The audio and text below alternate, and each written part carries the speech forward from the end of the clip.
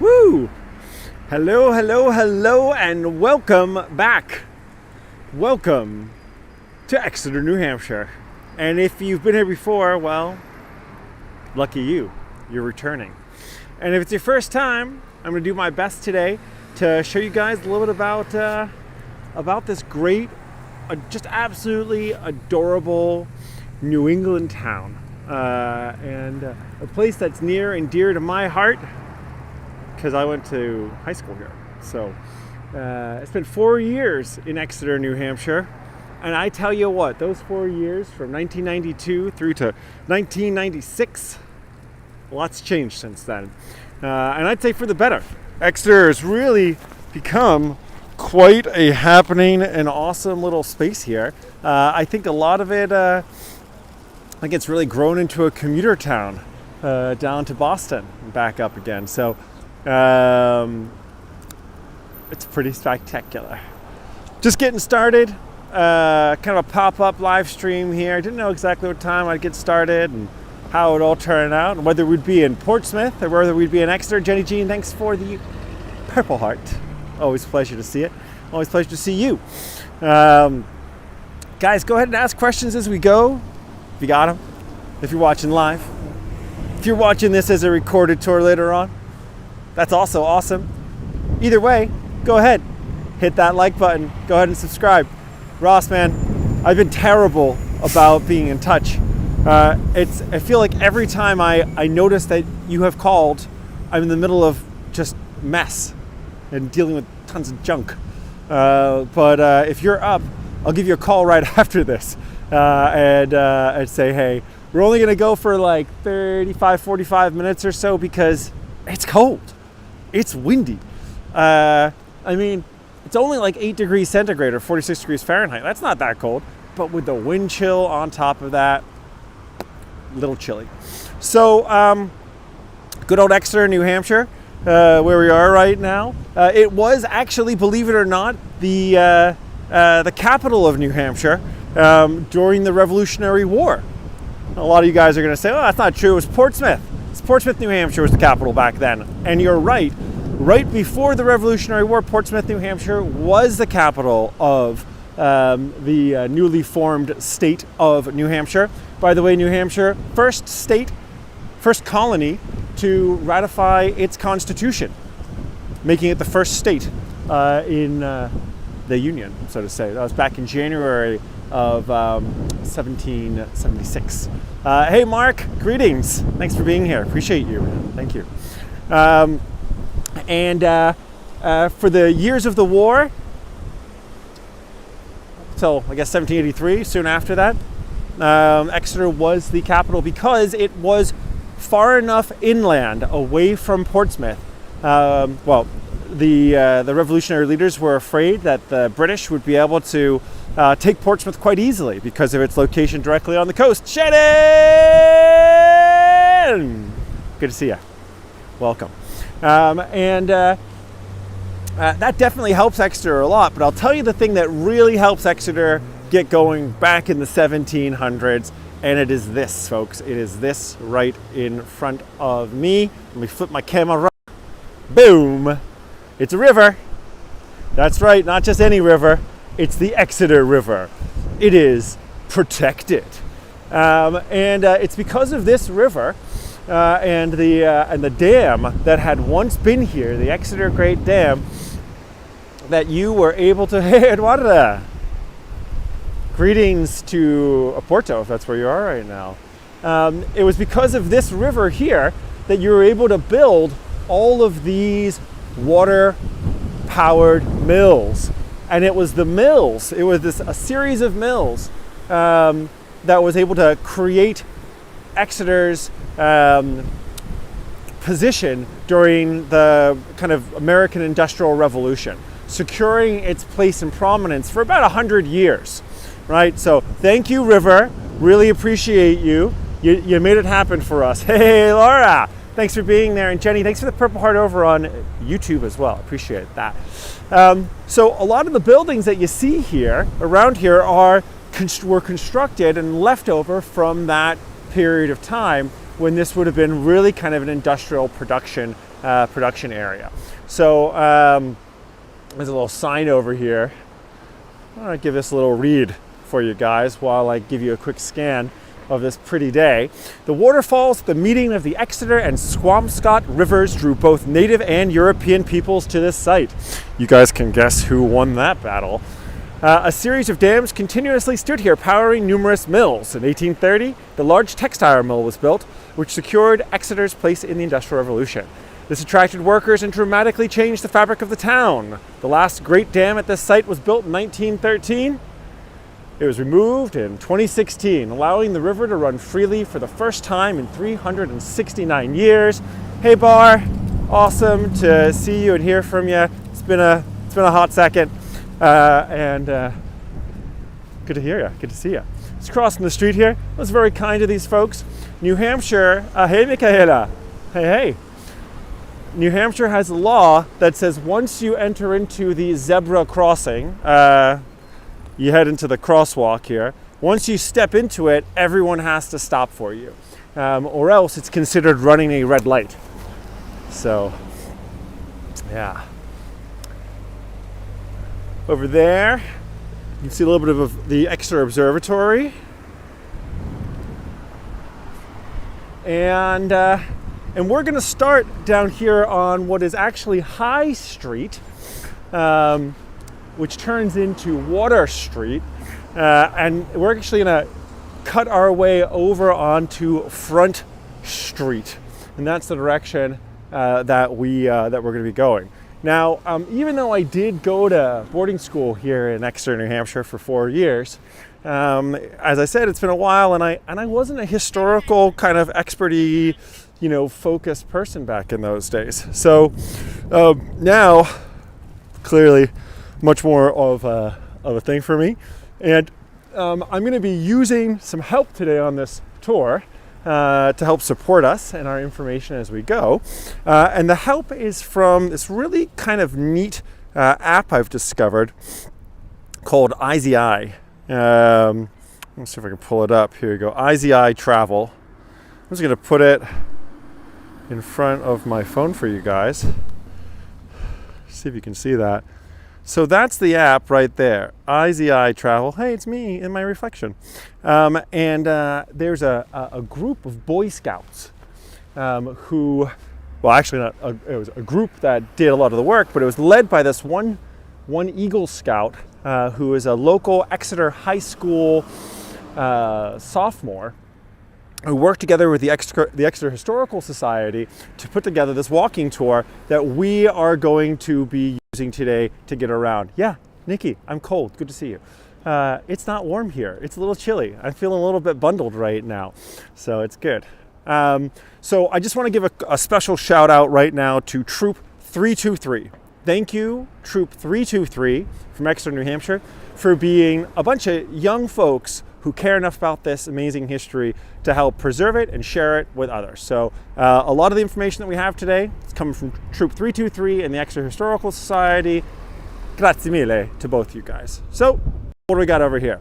Well, this building that we're looking at right now is none other than the old Folsom Garrison, or if you will. I mean, it's a normal looking kind of house, but unbelievably, there was also, sorry, did I say Folsom? I meant Gilman, apologize. It's the Gilman Garrison. It's me getting my notes out now. And the Gilman Garrison was built by one of the early folks who had moved here, Gilman, built mills. The river, so a lot of access to wood, and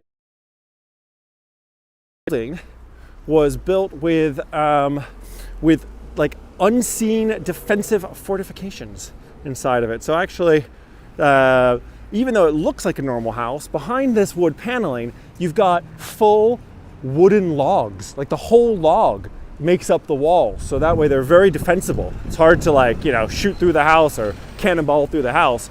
There was also a portcullis inside and firing positions with smaller windows at certain places, so people could kind of shoot out and defend the space. Hey guys, how's it going? back in the 1700s, right? And I couldn't find exact information as to who they were trying to protect themselves from back in like 1709 when this is being built, but I'm imagining it is the last remnants of unhappy Native Americans, perhaps. Maybe, I don't know.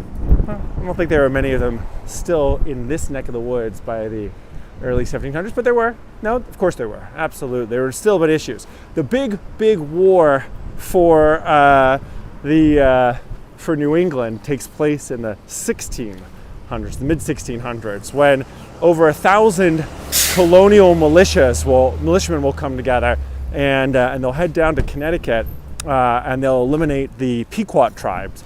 Later on, then that same force would end up attacking the Narragansetts in Rhode Island. So in my head, I'm thinking mid 1600s is kind of the end of the larger Algonquin tribal network, but you still would have had here in 1700s. Jill, it's really great to see you, and sorry not to say hi right away when I saw you comment there. I was in a thought, and I find myself a little bit distracted. Over here, looking across the street, pretty interesting is what used to be the old Ioka movie theater. This is where, when I was a high schooler, I would go in here and I would watch movies, right? What I didn't realize was that this building, built in 1915, let this hardworking trucker go by. We need our truckers, guys. Thank you, truckers, for still being out there. This building, called the Meyer Building, is actually, believe it or not, was built for Judge Edward D. Meyer. You know who that guy was, folks? He was the one that was behind the movie known as The Birth of the Nation, which was an epic Civil War film starring Colonel Ben Cameron, who, quote unquote, attempts to save the South in his 3-hour-long movie. Well, Birth of a Nation is often seen as well. I mean, it's what it was. It was a racist banner. It was a racist flag waving, and it depicts African Americans in pretty despicable and awful ways, and creates this story of a glorious South. So, Birth of the Nation, ironically, didn't realize it, but was the first film shown in this movie theater because it was built for that guy, Mayor, right? Judge Edward D. Meyer. So, only a year after the theater's creation, Meyer went bankrupt, and the theater was forced to shut down. After the theater's closing, Meyer left New Hampshire.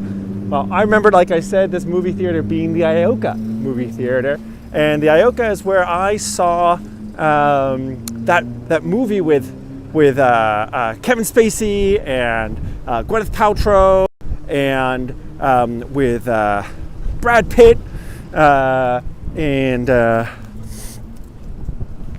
it was Seven. And I watched that movie Seven in that theater back there, and they played the reels out of order while I was watching it. So we're watching the movie, right? Me and girlfriend at the time, back as a little kid, and we're watching it, and all of a sudden, it's like the weirdest thing. Like, you haven't met Kevin Spacey yet in the movie, but all of a sudden he's in a car driving around, and there's like a box. You don't know what's in the box yet. And then all of a sudden it jumps back because they got the reels out of order. Oh, it was very frustrating. It totally ruined the movie. But they gave us free tickets, so we were kids and that worked for us. We were happy with that. Turn around again here. Hi, Michelle. Thanks for tuning in. Woo, finger cold, screen is cold. So here we are in front of the Exeter Bandstand. And this is like a pretty pivotal location for us here, because we're getting sort of the heart of Exeter, New Hampshire, right here with the bandstand, the Exeter Town Hall, a bunch of buildings behind me, which I'm going to talk about in just one second. But from this position, we're able to really look up at the Town Hall, which is kind of cool. To point out something, in the entire state of New Hampshire, there is only one place where you can see the figure of a human being, or maybe a god, floating above a building. New Hampshire does not put statues of people on buildings. It just happens to be this one here on top of the Exeter Town Hall, because it used to also double as a courthouse, and that person up there is Justice, with her blindfold and her scales and her sword at her side. I would say that she's not a human either. She's a god, right? Goddess, Justitia maybe. But there you go. So it's also an interesting building because even though today it's no longer like, used as a town hall, the government offices we're going to walk by in a second, this is also where Abraham Lincoln would come and give one of his 3 speeches that he gave in New Hampshire in 1860. And part of the reason for that was that his son attended the prestigious Phillips Exeter Academy, just around the corner, a place that we will be heading to and visiting and exploring a little bit as we go. Let's see what the scouts had to say about the town hall. Bear with me. Here we go. Old Town Hall. Exeter Town Hall was originally designed by an architect from Boston named Arthur Gilman, who was also a critic and designer. The town hall was built in 1855 and served as both a courthouse and town hall. At the town hall, near the time of its construction, there were also fairs, dances, elections. You can see that, this was a meeting point. This is where people were coming together. The only figure of a person in New Hampshire. Exactly, we talked about that already. Oh no, terrible news. Just gotten a news update on our phone as I'm watching, and Kyle Rittenhouse has been acquitted of all charges after killing 2 people in Kenosha, Wisconsin last year. That's a bummer. Ross asked a question, is Exeter the state capital of New Hampshire? It was during the Revolutionary War, but it no longer is. No longer is. I believe what is the current capital of New Hampshire? What do I want to say? It's Manchester or Nashua. Yeah, but it's not Exeter, that's for sure. What do we have over here? We're looking at the Sullivan sleeper house. This yellow building in front of us is standing like a line of sentinels here. This guy and another building down here, and they're all staring over at the bandstand, and it's really, this helps us really preserve the character of the downtown, and has done since the 1800s. The oldest of these houses that are looking over at the bandstand is this one, the Sullivan Sleeper House. It's over 200 years old. The house was built in 1809 for George Sullivan. Today, there's a restaurant in here called Otis. And Otis, by the way, if you're ever visiting Exeter, delicious! Very, very good restaurant. Great cocktails and food. Haven't been there in a couple years, but I remember it from back in the day. Over here, we got the town offices. The building was erected in 1892 as the Rockingham County Records Building and was purchased by the town in 1963. Get a little Veterans Memorial here in honor of those who served in the armed forces, the United States of America. In 63, the Rockingham County commissioners approved construction of a new county building on Hampton Road. So, coming up here, we actually have, is Concord the capital? How about that, Shannon? Concord's the capital. That's actually where I'm staying right now. I woke up in New Hampshire state capital today. Didn't even know. That's how polite New Hampshire is. They don't even rub it in your face when you're in the capital. Very kind. Thank you, New Hampshire. So this building here that we're at is the Gardner House.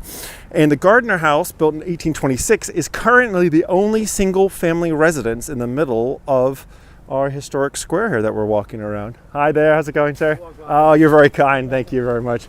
You'd have been the star of the show anyway if you got into it. The lot here is 22,825 square feet and is bisected by the historic district. The house, which you see here in front of us being yellow, recently sold for $800,000. And I gotta be honest, $800K here, kind of looking over part of the center feels like pretty cheap. I mean, relative to where prices are these days, doesn't seem that bad.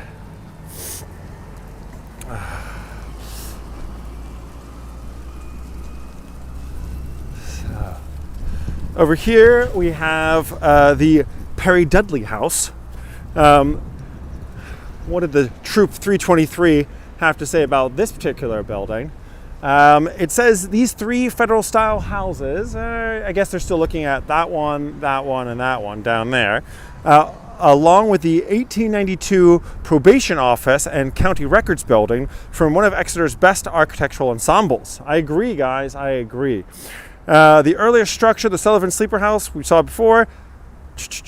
And here, the 1826 Gardner House was built for a man named John Gardner, go figure. The final house was built circa 1815 for 2 generations of doctors and was called the Perry Dudley House. The oldest one in this house, was a man named William Perry, who was a pioneer in engineering humane treatment of mental illness. Oh, that's good. And Diana, so good to see you. I'm jealous. I bet your weather is a lot warmer than my weather right now. Ross, to answer your question, how's the gimbal doing in the colder weather? It's doing great actually right now. I feel like the gimbal has come to be my friend. I don't have gimbal freakouts anymore. It's just like, I don't know, I've just learned how to keep it real.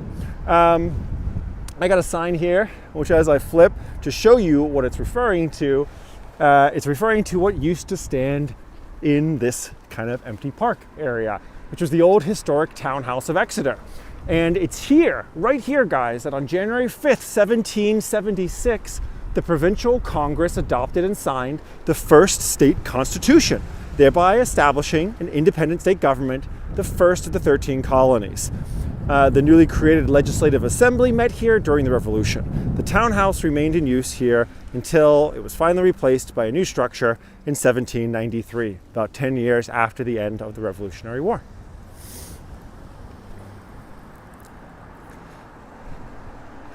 Up here, what we're walking towards is the old Scrumscott Hotel. Now the Scrumscott, by the way, as far as rivers go, the Scrumscott was the river that I used to row on. Maybe we'll end up at the Boathouse later on if I don't freeze my tushes off. But the Scrumscott Hotel is a large brick building built in 1851 and once hosted a meeting of free state politicians from several political parties to help form an anti-slavery party. The Scrumscott Hotel has been true to its name and used to serve as a hotel. After that time, it served as a Phillips Exeter Academy dormitory. Today, it's an office building. It looks a lot like one of the old Exeter dorms, I can tell you that. Over here, across the street, Congregational Church. The Congregational Church's 4th meeting house was begun in 1798 from designs by local builders and architects Ebenezer Clifford and Bradbury Johnson. The facade retains its original Palladian features, but the interior was radically altered in 1838 when the lofty auditorium was divided into 2 floors. Oh, guys, the nostalgia for me of being back here is quite amazing, I have to say.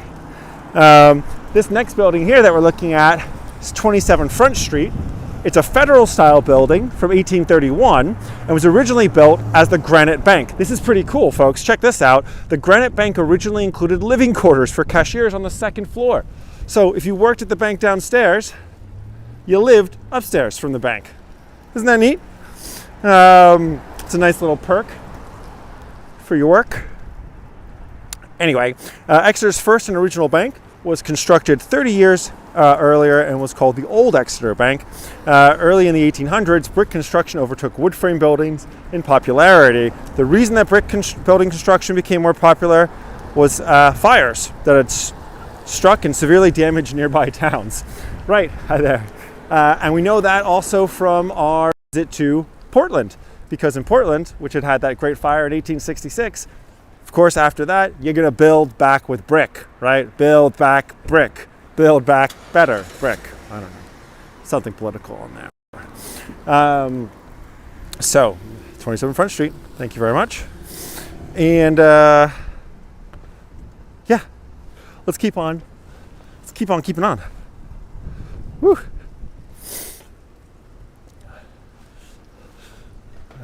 Here we have United States Post Office for Exeter, New Hampshire, 03833, back in the 03833. Always nice. And you can start to get a feeling of, hey, Alba, good to see you. Yeah, Exeter really is a really pretty town. It's super cute and adorable. A lot of old buildings still from the late 17 and early 1800s here. Ooh. So up here, hey, Colleen. Aw, good to, thank you for that. And even though I can't see your face, I'm thinking of you with my eyes closed right now. See, I can see your face in my mind's eye. There you are again. I mean, me, you, us. All right, slip that back. And yeah, we've got a Baptist church up here in front of us. None other than the First Baptist Church, built back in 1875.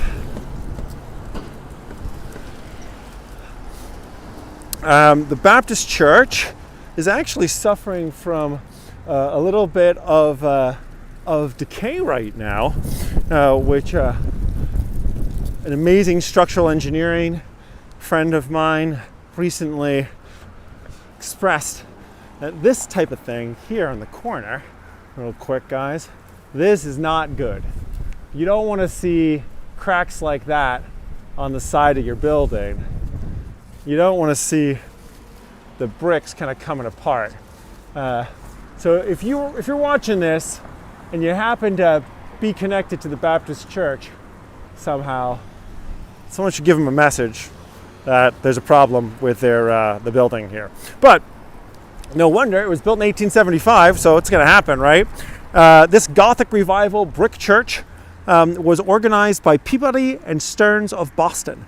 The Exeter Baptist Church first organized in 1800 with 10 members who built a framed clapboard meeting house on the corner of Water and Spring Streets back in 1805. Their second larger meeting house was on Water Street nearby.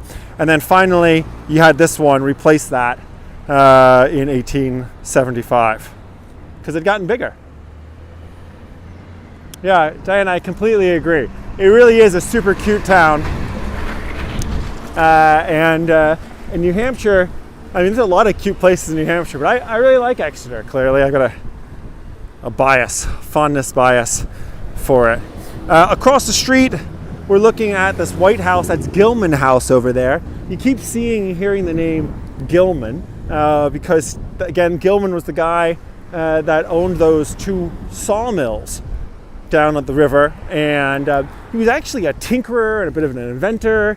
All around, you know, and his children went on to be very important. It's actually I believe one of the original Gilman's children who reads the copy of the Declaration of Independence here in Exeter, New Hampshire, once it arrives for him to read at back at the town hall. But well, anyway, Gilman House. This gambled. God, this typo here. This grambled, they say, but gambled roof house built about 1735. Guys, that's what we're looking at here. 1735 is one of Exeter's oldest remaining houses. It was the home of Nathaniel Gilman, whose brother Nicholas Jr. was a signer of the United States Constitution and stayed here while in Exeter. Nathaniel's son-in-law, Governor Charles H. Bell, wrote the 1888 History of Exeter, New Hampshire. He also lived here. Today, it is an office of advancement for Phillips Exeter Academy. And here we have the Exeter Historical Society building. It used to be the public library, as you can probably see right there if I zoom for you guys. It was not just the public library. Oh my gosh. So windy! So windy! I'm being blown! I'm going backwards! Hey, Anna Maria! Woo! Sorry about the wind, guys. It's really picking up here right now. So the public library here that we were talking about wasn't just the public library. it was also the Civil War monument for Exeter when it's built. Oh, let's get out of there. That is like too much.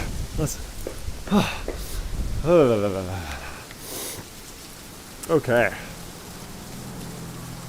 Yeah, the wind's picking up.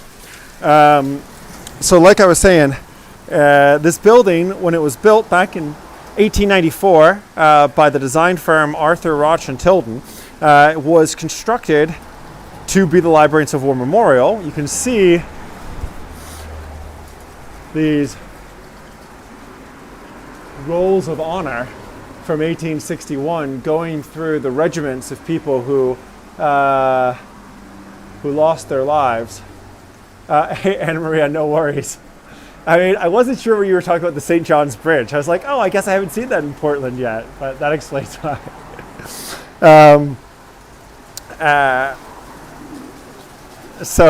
Like I was saying, yes, this building today is now the Exeter Historical Society's headquarters, but it has gone through being many things, many iterations, as well as at one point it was a waiting room because you had a tram stop here for an old streetcar that would run along, or not a streetcar, but like a train car that would come along and take people to like Hampton Bay, things like that. Something that I heard on a podcast, and you can come and do a tour with these guys on Tuesdays and Thursdays, also Saturdays, but you gotta get an appointment because they're closed otherwise. All right, let's continue a little bit. I think what we'll do is this. I'm gonna quickly cross the street, and now we're gonna do a little bit of like Chris went to boarding school here stuff. You can see, oh, this is kind of neat. Senior class walk. I never saw that before. Established by the class of 2018. That's why. So they've got their little plaques. My class was the class of 1996. We have a bench somewhere that we donated and dedicated, but I have no idea where that went. Over here you have a couple of libraries. I'm not sure. I think I might have to wear a mask while I'm on the campus itself. So Phillips Exeter Academy, guys, is a great preparatory boarding school. It was the second one, I think, in the country after Phillips Andover Academy, founded by the same guy, John Phillips. And the guy was a really smart dude. And in his deed of gift, when he founds this boarding school, what he says is, because, well, it's basically like, why educate young people to be both smart and also morally correct? And you've maybe heard me say it before, but I'll say it again. He writes in the deed of gift, goodness without knowledge is weak and feeble, but knowledge without goodness is dangerous. So that's what this place is dedicated to, like both knowledge and goodness, right? And this was the original library. Yes, Alexa, it's true. I've been quiet for a bit. Good to see you. Oh, thanks for joining in. So this is the original Davis Library. And in fact, folks, this is where used to have WPEA, the radio station for Phillips Exeter Academy. Used to be right in this space, behind this wall. And this is where, I would DJ at times. It's also where I would help watch other people who were DJing. And some of the DJs who were in there while I was like getting paid $7.50 an hour to make sure no one swore, and, like press the bleep button if I had to last minute. Catch Secor from Old Crow Medicine Show, right? That's where he was a DJ, right? Before he was a famous musician and winning awards for writing songs with Bob Dylan. That's where Rishi Hiraway, right? He was a DJ inside that space. Okay, and he's the guy who's now famous for Song Exploder, like gets interviews with Adele, things like that. Kind of incredible, and super talented and intelligent human beings abound around here. I mean, as interesting as this is. All right, Elm Street Dining Hall. It's one of the two main dining halls on campus. And this is the Phillips Exeter Academy Library. Now, I can't go into these buildings because COVID restrictions and key card security restrictions and the rest of it. But this is a Louis Kahn building, very famous one. It has won many, many awards for being this quite monumental library. Let me see. No, I can see the card reader on it. No, not gonna be able to sneak in for you guys on that one. Okay, let's head back over this way. Founded in 1781, I want to say Phillips Exeter Academy was. That might not be entirely true, but there's going to be a sign soon that'll correct me if I'm wrong. I'm going to head back over to Front Street, and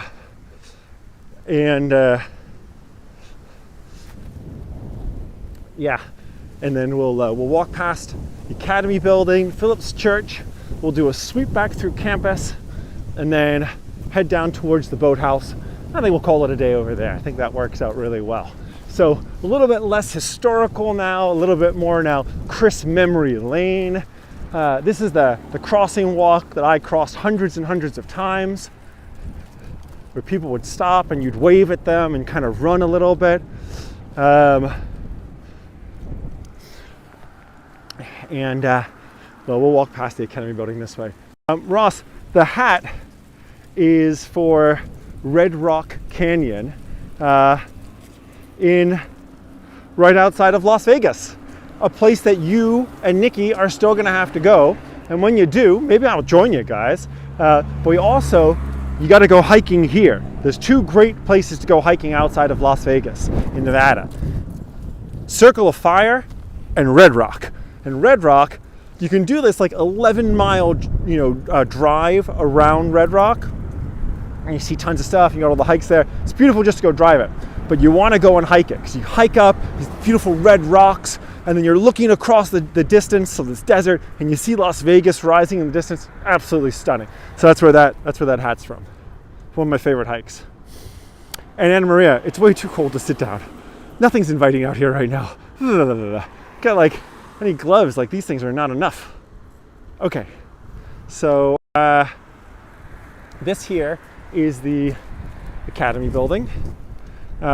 It's the main building of Phillips Exeter Academy, and it's where the assembly hall is, where we gather together as a community to listen to great speakers invited from abroad or around the country. It's where presidential candidates will often come to court New Hampshire voters, being one of the first states that vote. And it's where I took my first history classes and really fell in love with the truth of those amazing stories of history. So Joe writes, I'm sitting with the sun, in the sun with shorts and a tank top on. Oh, love you, hate ya. And Diana is going to join us in Las Vegas. Wonderful.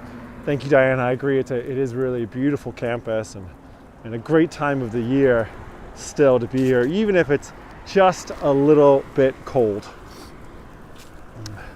Over there is the Phillips Exeter Academy admissions office. A lot of these red buildings that you see kind of dotting around, these brick buildings, they're dormitories. Dormitories.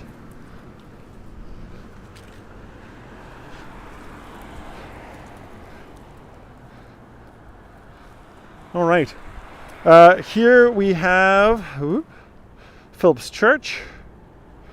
Phillips Church was a great place to have permission when you were an underclass to be able to stay out a little bit past regular curfew, because they would have once a week this evening meditation thing where someone would come and give like a non-religious kind of meditation or poem or something, and you could sit there with your girlfriend or boyfriend and kind of hold hands in the pews before then having to go back to check in. What did the Troop 323 say about this place? They said it was designed by Exeter High School graduate. Of course they did.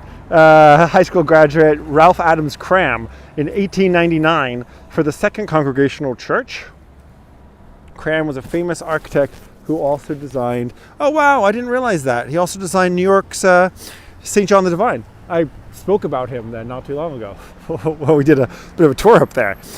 He also designed the main Phillips Academy building, the Davis Library, which we saw before, and the Tuck High School on nearby Linden Street. So, did my first ever meditation up in that tower.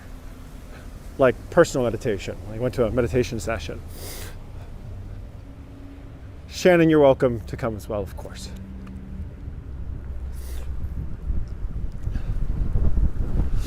So, Exeter is an expensive place to educate people. The actual real cost of sending a student here is around $95,000 a year. But through alumni donations and the endowment, that cost is able to be reduced down to a base of about $50,000 a year for room and board.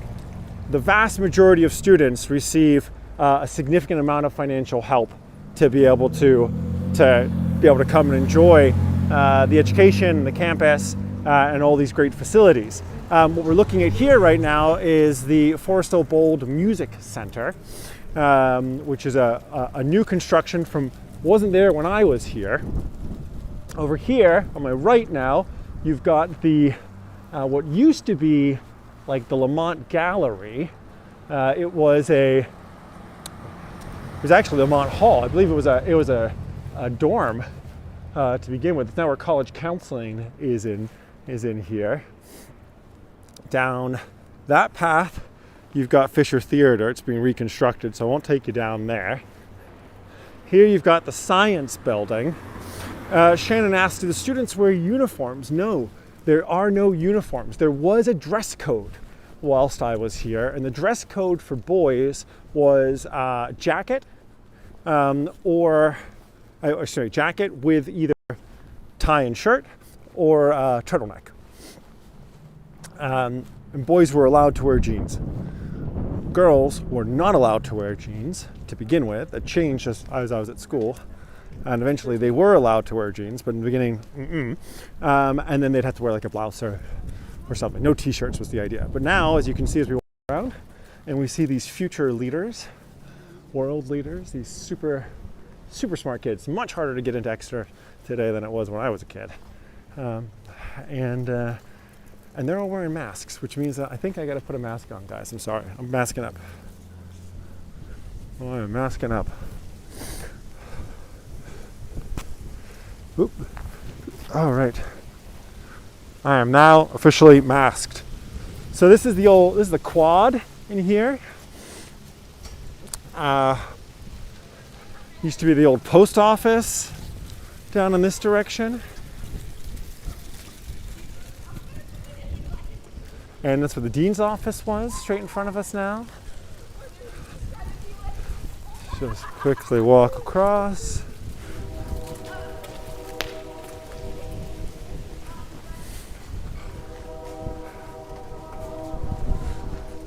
This used to be where modern languages were. This is where I would have first started to learn German, inside this building. Also English was in here too, right? So yeah. So English classes is where I studied and read Moby Dick. And let's walk along over here for a second. We see some residential halls, some dorms. That one's called, I think that's Abbott. That one's the one that I was in, over here. That's Soul Hall, Soul. Up there you have Peabody. Hoyt, if I remember correctly. Langdell. That's the Wheelwright Dining Hall. I think that made that Wheelwright, perhaps.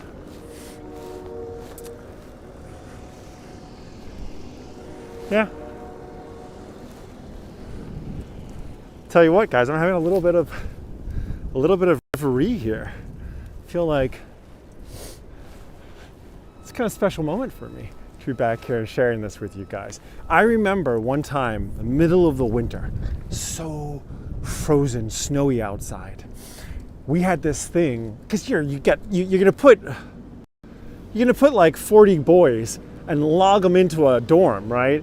You had all these guys in there. They're going crazy with hormones and all the rest of it. And then you're gonna put a bunch of girls in like this dorm behind me, right? So then that's packed with girls in there, and you're in there and they're in there, and you're like, you know? So come the first snow falls, and even just like as there was more and more snow, we'd have a tradition, and the tradition was called hoeing, and we would put on. I'm gonna just clean my camera for a second. It looks a little messy. That's a little better. We'd put on Santa Claus hats, and we would take off everything else except for our running shoes. You keep your sneakers on, and then you'd wait till the faculty would fall asleep, right? You'd wait till they were all gone to bed, and you'd call up Langdell. You call the girls' dorm back there, and you say, "Hey, Soul Hall, ho ho ho," and then they knew it was coming. They knew that you were gonna do a hoeing run. You were gonna put on your Christmas hats. You're gonna run outside naked and go ho ho ho as you ran around in the snow, and that's what happened. And the girls were all out here on the balcony and in their windows as we ran out from our dorm, which is only like right here, right? We run down the hill in the snow, people are slipping and sliding, and we're all like 15, 16-year-old kids freezing our bollocks literally off. And the girls start screaming. It starts as like a, just a couple of shrilly, pitchy, kind of high, like, nah! And then all of a sudden it's like a roar, rah! And all the girls, the windows are shouting. Unfortunately, they made so much noise that Coach Shapiro, coach of the wrestling team who lived in here, it woke him up. So when we all come back in again, freezing, naked, shriveled, like covered in snow, a couple people bleeding from having slipped in it or whatever, we come in and it's just like this like gigantic wrestling coach being like, "What the F is going on? What's all this GD noise and da da da da da?" Oh man, and it was very embarrassing. We all got in trouble. But yeah, it's a cool story though, huh? It's a true story. Happened right up in there. That's where it was. Seoul, the magic. No joke. Okay. Thank you, Agostina de Nicola, for giving me a laugh to that. It's a little bit embarrassing. True story, definitely happened. I had to go in, and the dean of students at the time was my crew coach, and he was like, "So, Mr. Sandeman, apparently you've had some problems keeping your clothing on." It was very awkward. Hi. Are you a good kitty? Hi. Are you trying to get in? Are you locked out? Do you live in there? Oh, are you okay? Hi. You live in there, don't you? I can tell. You keep meowing and looking at it. Let me give me a little quick sniff, see if I'm okay. Yes, you are. Oh, you're very soft. You're very soft. Yeah, you're a house cat, man. I can't get you in there. I don't have the key card. I don't have a fob for that. I know. I'm sorry. All right, well, I know. You're beautiful. I can't get you in, though. I don't have the key fob. I don't have the fob, buddy. I know. I don't have the fob. I don't think it'll work if I try.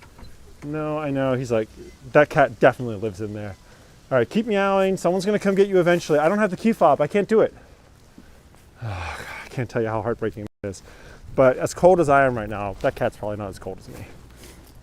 It's got a lot more fur. So, okay, so we're at 49 minutes. Perfect. Doing very well. Exeter Bookstore. That's where you got your gear and also books. And yeah, we're gonna walk over down to Boathouse I think there's another historical building over here for us to take a quick look at as well. This is the back side of Wetherell Dining Hall. It's like the fishbowl. Used to go eating there a lot. Whew. What do I got over here?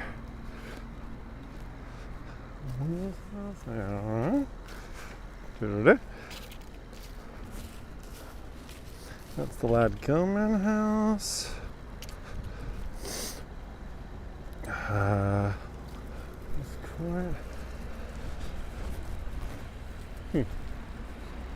Agonista, the temperature, it is as warm as 8 degrees Celsius, but the wind chill makes it feel closer to like 4 degrees right now. I feel like this is, so one of the things about the boys about Troop 323, and I'm very grateful to Troop 323 right now because they did, I've gotten a lot of information from them here, but they also, unfortunately, tend to like mark things in the wrong location as to where they really were. Ah, perfect. This is the old Folsom Tavern, isn't it? Yeah, it is. George Washington, guys, actually consumed a drink in this place and ate something here. He did not sleep here, but the Folsom Tavern is today the site of the American Independence Museum. Originally built in 1775, but it was not here at this location. It used to be down that way. And why? They move it. It was under threat of demolition, so they shifted it here. So you've got this great restored space now that actually is largely supported by the Society of Cincinnati. And if you're thinking to yourself, Ross, Nikki, it's an Ohio kind of society. Aha, it's not. The Society of Cincinnati, Cincinnati is not like an old Native American word. It's a Roman, it's a Latin word, right? Because it comes from this guy's name, Cincinnatus, I want to say. Cincinnatus, who had been, I think he was a farmer, and then he went to war, he battled successfully, and then he returned to his life as a farmer, even though he was in a position to like take power and and like run the country and government or whatever. And that story, the idea of him having been a normal worker, normal guy, who then becomes a warrior, who then, despite having power and being able to like take control if he wanted to, chooses not to and returns to the simple life of just being a farmer. And that concept and idea really kind of resonated with ex-officers from Washington's Revolutionary War Army, because Washington himself had done that, right? Like at the end of the Revolutionary War, there were more than one cry for Washington, General George Washington, to become king of America from Americans who had just gotten rid of a monarchy. And like the whole idea of like freedom, democracy was kind of confusing. Like, and Washington he struck them as a really competent like guy who was in charge. But Washington says no in 1783, down at Francis Tavern in Lower Manhattan. He gathers all of his lieutenants together and he bids them farewell. And people are crying. He says, "It's done, guys. I did my job. I'm going back to Virginia. 1783. I'm finished with this whole thing." Lo and behold, little did he know that what would be decided in this new republic that he had fought for was that they would establish this idea of a president and the executive branch, and all that stuff was being hammered out, and that he would be returning to public service within 7 years, right? Because by 1790, he becomes the first president of the United States. But before that, he is this Cincinnatus guy, and hence his officers form this fraternal order to, share in this brotherly thing, the Order of Cincinnati, in memory of Cincinnatus, and giving up that power. And being normal people that go to war and then come back to be normal people kind of thing. Oh, it's kind of a neat idea. And they are massive supporters of the American Independence Museum in general. So I know that from a podcast. All right, here we are. The Boathouse. Now there's no way it's going to be open, I imagine. But if it had been, I could come in and show you a picture of me when I was 18 years old, because there's one on the wall. But yeah, not a chance that this is going to be open. Yeah, can't get in there. But we can't walk around it. Go around the other side real quick. That's exactly what we're going to do. The end of my 4 years at Exeter, you kind of like, there's a final senior year, like formal, it's like the grand old goodbye celebration. But my crew team, my rowing buddies and I, we'd ended up being the fastest rowing boat in New England for high school kids. So they invited us to go to Cincinnati. No, wait, was it Indianapolis or Cincinnati? I think it was Cincinnati. They invited us to go to Cincinnati. How weird is that? What a weird coincidence. And I wasn't thinking about that, but it just popped into my head. So they invited us to go to Cincinnati and compete against all the other fastest rowing boats from different regions and around the country, and we won. And we were the fastest boat, but we had to not go to our senior prom. We got back in time for our graduation though. But I'll never forget, and let me just show it to you guys now so you can kind of get a feeling of what, for 4 years, you can see the docks are all out of the water now, right? They've pulled all the docks, and these are the launches, no wake launches, kind of pontoon bottoms to them.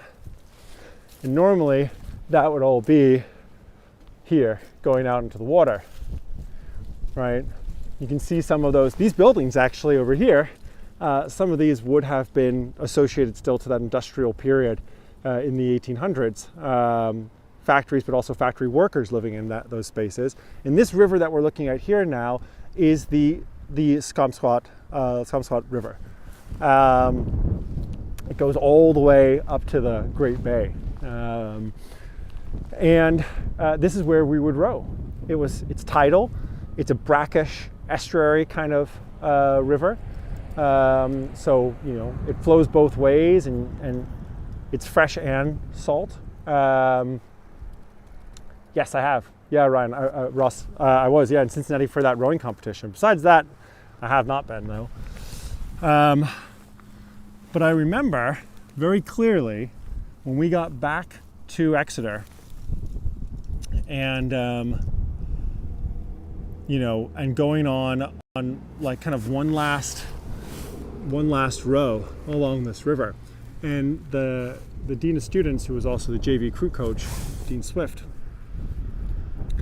he arranged it so that way we could go out and have this kind of goodbye row to our river, to the Scrumscott. And it was really emotional, because we were going to go and do this last paddle on our river while we were still students. And it was early in the day, and there was a mist on the water. And the water, when you have a rowing boat that goes through that mist, just kind of breaks, and you can almost imagine if there's a cloud all the way on the bottom here, and you kind of cut right through that cloud. And suddenly, as we were coming around the point down the river down there, we see and hear a man dressed in full Scottish regalia with his kilts and his jacket and his bonny wee hat, and he's got his bagpipes on. And I never knew whether, that had just been accidental or if the coach had arranged it that way, but we assumed the coach had made that magic for us, because the bagpipes started up. And as we were cutting across this misty river for the last time, and the bagpipes were following us and trailing us eerily, compelling us to row on, and it was just like this absolutely magic moment for us, best 4 years of my life were spent here in Exeter, New Hampshire. So, so far, best 4 years. I'm sure there's great, wonderful years still to come, but those are pretty special years. So, Anna Maria writes, it looks a lot like scenery similar to Ireland. Yeah, I see that. That makes a lot of sense to me. In fact, a lot of Irish people thought that too. And you had a lot of Irish and French population that ended up moving here. And that's actually why, that's why like St. Michael's, built in 1836 down Front Street, was built because of it was the first Catholic church in Exeter, and it was built because of the Irish population that was moving here already then, and French as well. And Shannon, thank you. I have gloves in my bag. I just haven't put them on because they're ski gloves. They're a little bit too bulky, and I don't like to use my fingers to be expressive. But thank you. And yeah, Ross, I also love the sound of bagpipes. Absolutely love them. There's something about them. I mean, when they're played badly, it's painful. But when they're played adequately, magic. All right, guys. Well, thank you so much. It's been really a pleasure. Good to see everyone back. And I'm glad that we have this forum, and that it gives you guys a chance to connect and say hi as well. That's us for New Hampshire for now, the Granite State, as it's often called. I promised my mom I'd tell the story of the state license plates. And we see one as we go by, that the state license plates here in New Hampshire say "Live free or die" on them. That is the state motto. Actually, it was that Tuck guy who was buddies with Lincoln. He's the one, I believe, that was him that gave the state motto to New Hampshire. Anyway, he was supposed to go to a party. He can't make it. He's really sick. So he sends in a toast instead, and he says, "Live free or die," to his colleagues by not attending. That kind of becomes the state motto. The irony of it is, of course, is that where do they make the license plates in New Hampshire? They make them in like a local prison. So the prisoners make the license plates that say "Live free or die." There's an irony there to it. But you can't help feel like there's New Hampshire is just a super independent place, and like it really follows its own way. I think the cold must have something to do with that. New England's like that a lot. I feel like it's really a great place to be. Thank you, Nikki. I really appreciate you. Thanks for saying that. Diana, thank you. Absolutely great to see you again. And I'm back in New Haven tomorrow, and we're definitely going to be live again tomorrow from New Haven. Then we'll do a couple of tours in New York, and then, guys, I'm moving to San Antonio, Texas, for the foreseeable future. So we're going to see a lot of Texas going forward. So big announcement. Goodbye, Nova York. As of December 1st, I will live in San Antonio, Texas. Exciting times. So more to come. Hopefully see you guys tomorrow from down in New Haven. Thank you, Shannon. Good to see ya. Thanks for being back too. And guys, wish if you're connected to Tage, wish him a safe trip. He's flying from Ottawa down to Miami, Florida right now to go on his first cruise in a while, and hence why he's not saying hi to us as well right now. So thank you, Ross. Thanks, buddy. I really appreciate you. I'm going to give you a call in just a sec. And Joe, you're going to be in San Antonio this fall or next fall? Great. Awesome. Perfect. We're definitely going to have to go out for just amazing breakfast tacos. God, all the tortillas are so fresh. Like, they really do a great job there. And Maria, you're very welcome. And Agostina, thank you for your comments. Thanks for being there.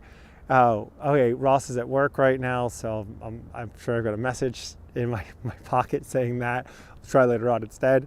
Yeah, Joe. Well, that's a hard yes. We're getting together in San Antonio, Texas, for sure. Okay, guys. Well, I'm gonna sign off. I'm gonna go get these guys back in my pockets, and one last view of the beautiful Scrumscott River and the Exeter Boathouse, and then I'm going to sign off and say goodbye. So, see you tomorrow. Dun, dun, dun, dun. God, all the times we had to do runs up and down this street. I'm not going to take you down to the hill that we had to sprint up. It's a beautiful day here in New Hampshire. Cold, but very beautiful. Oh, wow, I didn't even see that was there. I missed that a second ago. Holy cow. This is the freshman training barge. And this thing, you'd put people in it and teach them how to like have a rowing stroke. But you can see it. It is like it's like cement. The thing was like a floating dock itself. And what a terrible, horrible thing to have to row in. I mean, you couldn't get a feel for the boat at all, but it was a good way to like teach people some basic oar work, how to feather and blade work and things like that. Gosh. All right.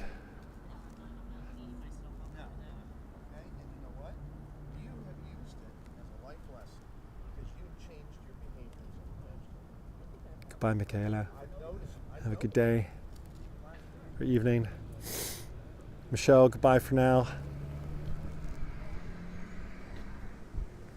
Oh, you guys are fine. You're the stars. I was waiting for you to show up. Thanks. You finally made it. Just for the end.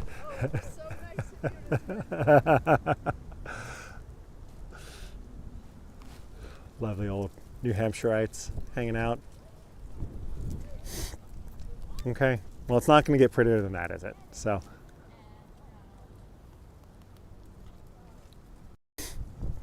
Bye, guys.